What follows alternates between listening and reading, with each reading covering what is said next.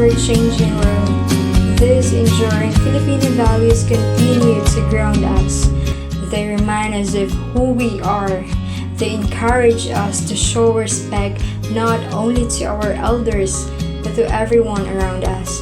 As these values continue to be passed on, children will learn to show and express respect to all. These values play a crucial role in shaping a better society and nurturing kindness among each and every one of us. From the gentle hands of our elders to the hearts of the youth today, Filipino values like paggalang, pakikisama, bayanihan, and utang na loob have helped shape who we are as a people and as a nation.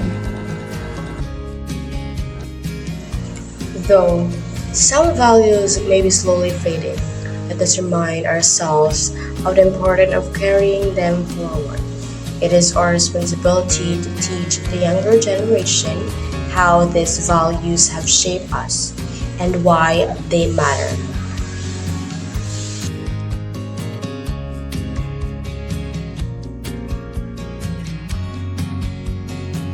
Every culture has its legacy.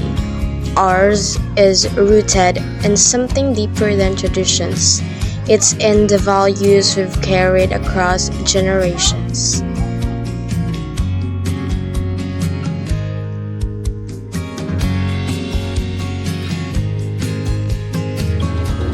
These values are already woven into our lives. And now, it is our turn to preserve and pass them on, ensuring they live on for generations to come.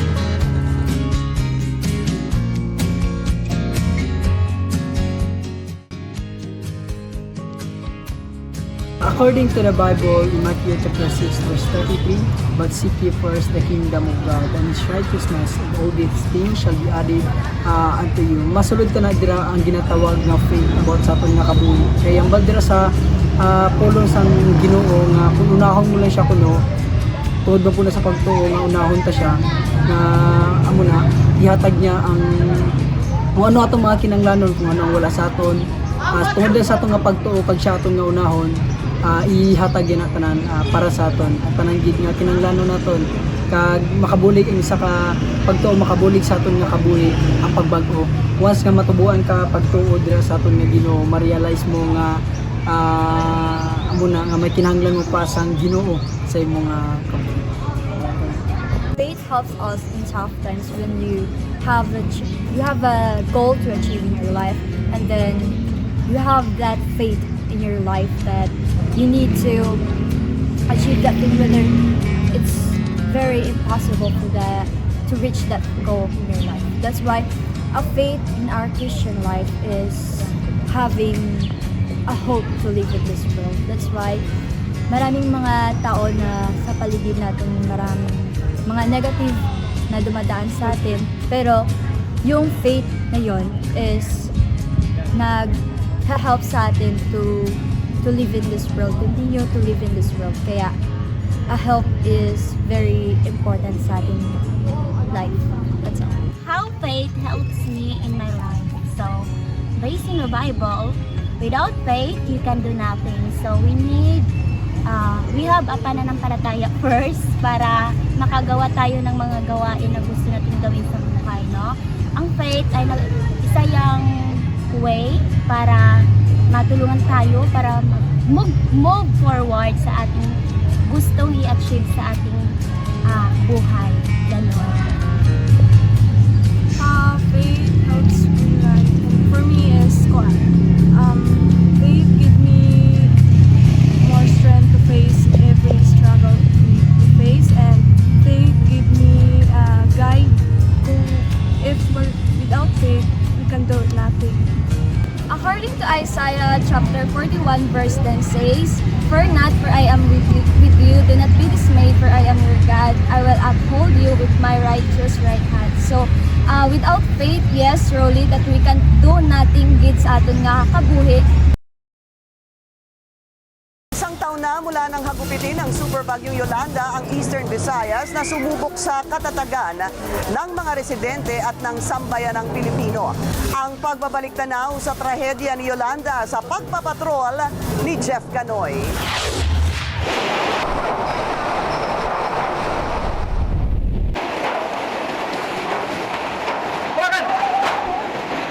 Gaya ng buong bansa, bulag na rin kami sa nangyayari doon.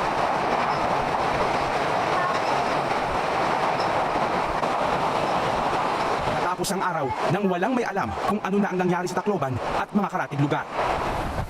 Kinabukasan, gumising at dumimbal sa lahat ang mga unang imaheng lumabas mula sa Tacloban matapos bumagsak ang komunikasyon. Ang mismong airport ng Tacloban, binura ng bagyo. Ang iba't ibang bayan sa Eastern Visayas, iisa ang itsura. Mga bangkay na nagkalat, mga bahay na wasak, at mga bayan na pinatag ng matinding hangin. Napuno ang mga kalsada noon nang naghahanap ng nawawalang kamag-anak, kaibigan at kapitbahay. Mga LGU sanang unang tutugon sa mga kailangan ng mga nakaligtas, pero mismong sila biniktima ng bagyo. Ang mga survivor naiwan para labanan ang gutom at uhaw. Ang ilan, pinasok ang mga tindahan para makakuha ng pantawid. Marami ang naglakad na lang din at tumakbo papunta sa paliparan at mga pantalan na hindi alam kung saan pupunta. Kahit saan daw, basta hindi rito. Pero sumaklolo ang buong mundo, kabilang ang mga Pilipino na nakita ang nangyari sa kanilang kapwa. Kasabay ng tulong ng gobyerno, dumating ang marami mga volunteer sa Eastern Visayas. Nung panahon na yun, di mahalaga kung ano ang lahi mo o kung sino ka, kundi naroon ka para tumulong. Isang taon matapos ang pinakamatinding bagyong tumama sa lupa sa kasaysayan, muling binubuo ang mga tagpi-tagping bahay. Muling bumabangon ang mga nakaligtas, kasabay ng mga pasasalamat sa mga tumulong. Marami pa ang kailangan gawin ng gobyerno para maibalik ang normal sa Eastern Visayas. Pero kung may napatunayan man ang lahat, gaya ng Yolanda, hindi rin pangkaraniwan ang pag-asa. Dahil kahit ano pa mang lakas ng bagyo, sumisibol pa rin ito para bigyan lakas sa mga naiwan at ituloy ang laban sa harap ng marami pang hamon. There were days when it felt like everything is falling apart, but I'd leaned on the support of my loved ones and tried to focus on small steps forward. Be positive guys sa mga sakuna may tapos ito i-pray lang din mga hindi na makatapos ito be helpful na everyday makakatagbilisi. During sa difficult times nga maagyan naman sa una dapat pero may ka lang magsalig sa Ginoo mag-pray ka if may problema kang maabot kay may ginahatag na siya nga problema pero may nakaandam na ng solusyon so himuon lang nimo ang ginaobran mo adlaw kung unsay makaya nimo dili nimo piliton imong kagalingon kay kung pabudlayan nimo once nga pabudlayan nimo imong kagalingon ikaw lang magantos salig lang sa Ginoo kay may naka abang na nimo daan nga moabot sa imong kinabuhi nga para makapahuway ka or para nami din sa mga matiyag bali ang imo nga problema gina handle subong may nakaabang na nga solusyon. Na panahon nila kita kabalo kung anong ginpaabot na bagyo or mabalitaan naton dapat mag-prepare kita or maghanda ta sa mga pagkaon naton kag first aid kit kag always ka mag-pray sa kay God. Number 1 gina sa himuon nimo mag-pray kay God tapos hindi mo siya pabayaan na imong mga pamilya hindi mo pabayaan tapos always ka mag-tanaw sa balita. Through these challenges, it made me stronger and more braver. Strong by not giving up and hoping for a better days. I will stay positive because everything will be okay. I experienced a lot of difficult times or difficulty in my life and I managed to move forward by looking at the future, looking about the things that is about to happen. Because we cannot stay in that phase of our life. In order for us to survive, we need to move forward and adapt to the changes that is happening around us. Manage ko yung pagiging matatag ko dahil una, andyan yung Panginoon. Lagi kong pinagdarasal na bigyan niya ako ng lakas at loob. Lakas na lahat ng mga nangyayari sa aking buhay ay malalampasan ko. Pangalawa, yung pamilya ko dahil sila yung nag-i-encourage ako at nagbibigay ng suporta para magpapatuloy ako sa aking buhay. Na-experience ko during tough times is nagabot sa time na I really have no one to talk to. Nagabot sa time na like I'm begging for attention of anyone, even parents ko, my friends. paano ko manage during disaster? I stay strong by taking people. It wasn't easy, but I keep moving forward. When it comes a disaster, for me is calming and calming down panic disaster and stay to pray. Honestly, it wasn't easy because after the typhoon, everything felt lost. And all we need to do is mag-pray and then mag-binigay, kita tanan, no matter what happened. As I pray, I felt sense of calm and peace toward myself. So praying and having faith is so powerful.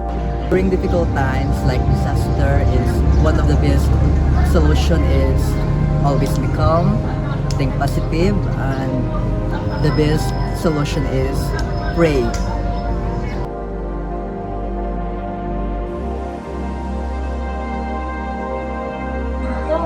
My family is the cornerstone of my life, and I cherish the bond we share. We prioritize quality time together, whether it's through weekly family dinners where we share stories and laughter, or game nights that bring out our competitive spirits. We also make it a point to take family vacations, exploring new places, and creating memories that will treasure for a lifetime. One of my favorite traditions is our annual family talent show, where each of us showcases our unique skills and talents. It's a wonderful way to bond and appreciate each other's strengths. We also support each other through life's challenges, offering a listening ear and a helping hand where needed. Growing up, my family taught me the importance of empathy, kindness, and resilience. They've been my rock, providing love and support through thick and thin. I'm grateful for the values they've instilled in me and for the strong bond we share. Life can get busy, but I make sure to stay connected with my family through regular check-ins, shared activities, and quality time together.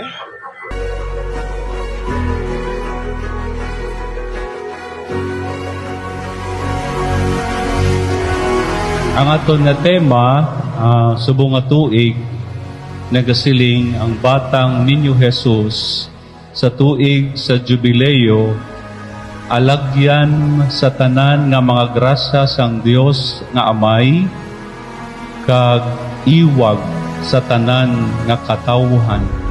In this short journey, we take you through real-life stories, glimpses of our history, and dramatized moments that highlight how these timeless values continue to influence our daily lives. Faith and spirituality, deeply rooted in our culture, have long guided communities through trials and triumphs alike. The Church remains a beacon of hope and unity, light of nurturing the world moral growth in this and inspiring Jubilee year. service to others.